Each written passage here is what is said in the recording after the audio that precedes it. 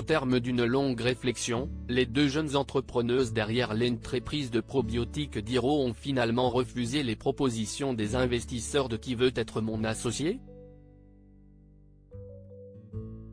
Elle s'en explique sur Télé Loisirs. Si jusqu'à présent, on était davantage habitué à voir les entrepreneurs tomber facilement dans les bras des investisseurs. Mais rien de tout cela ce soir dans le 5e et avant-dernier épisode de Qui veut être mon associé? L'émission de M6 a en effet été témoin d'une surprenante prise de position de deux entrepreneuses, qui n'ont accepté aucune des propositions mises sur la table. 250 000 € pour 10%, 9%, 8%? Si est-il la question que tout le monde s'est posée ce soir en regardant Qui veut être mon associé? Diro, qui veut être mon associé?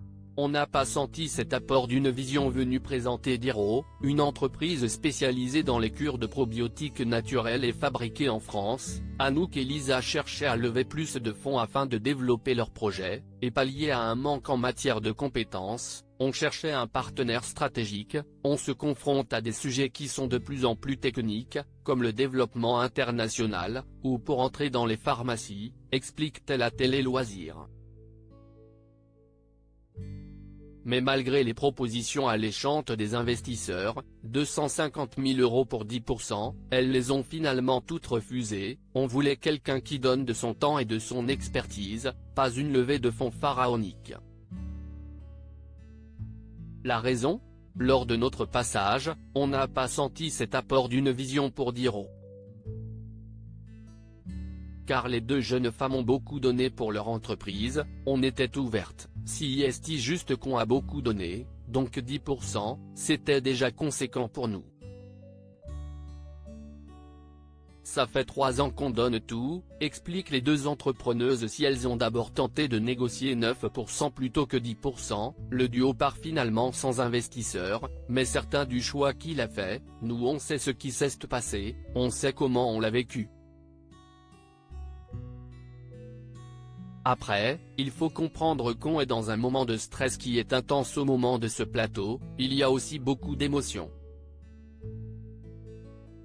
Face aux critiques qui pourraient ressortir de leur passage, elle révèle que si cela peut paraître ridicule de négocier pour 1%, c'était pour provoquer chez eux une prise de conscience. Ça fait 3 ans qu'on donne tout, on attend aussi que eux nous séduisent et nous donnent envie de créer ce partenariat. On n'était pas là que pour l'argent. 6 mois après le tournage, même si Anouk et Lisa n'ont pas encore trouvé de nouvel investisseur, elles vont lancer une nouvelle gamme de produits avec l'aide d'un nouveau financement participatif sur Ulule. On a aussi continué à se développer, on est dans plusieurs lieux physiques aujourd'hui, et on commence les démarches à l'international. À lire aussi Qui veut être mon associé? Un ancien juré de Top Chef s'invite dans l'émission ce mercredi 1er février.